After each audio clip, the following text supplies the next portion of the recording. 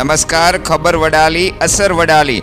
વડાલી તાલુકાના ખેડૂતો માટે રાહતના સમાચાર.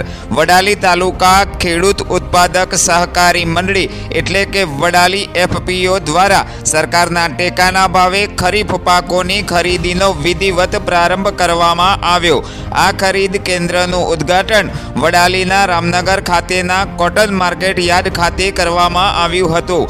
આ ખરીદીમાં મગફળી, સોયાબીન અને અડદ જેવા મુખ્ય ખરીફ પાકોનો સમાવેશ થાય છે. ત્યારે પ્રતિ મણે મગફળીનો ટેકાનો ભાવ 1452 અને સોયાબીનનો પ્રતિ મણે 1065 રૂપિયા નક્કી કરવામાં આવ્યો છે. આ ખરીદી શરૂ થતાં ખેડૂતોમાં તેમના પાકના વેચાણ માટે ભારે ઉત્સાહ જોવા મળ્યો હતો.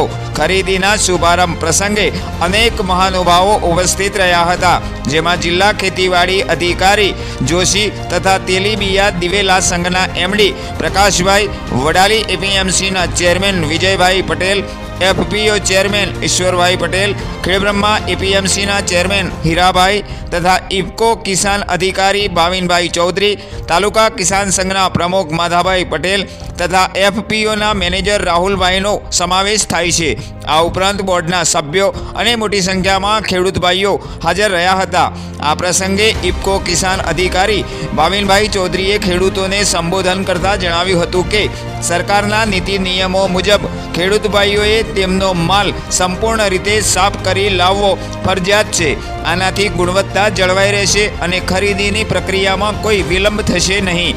જો કોઈ ખેડૂતને ખરીદી પ્રક્રિયા કે અન્ય કોઈ બાબતે માર્ગદર્શનની જરૂર હોય તો તેમણે તાત્કાલિક ખરીદ સેન્ટર અથવા વડાલી એફપીઓ ઓફિસની મુલાકાત લેવા વિનંતી કરવામાં આવી હતી. બ્યુરો રિપોર્ટ, ખબર વડાલી, સાબરકાંઠા.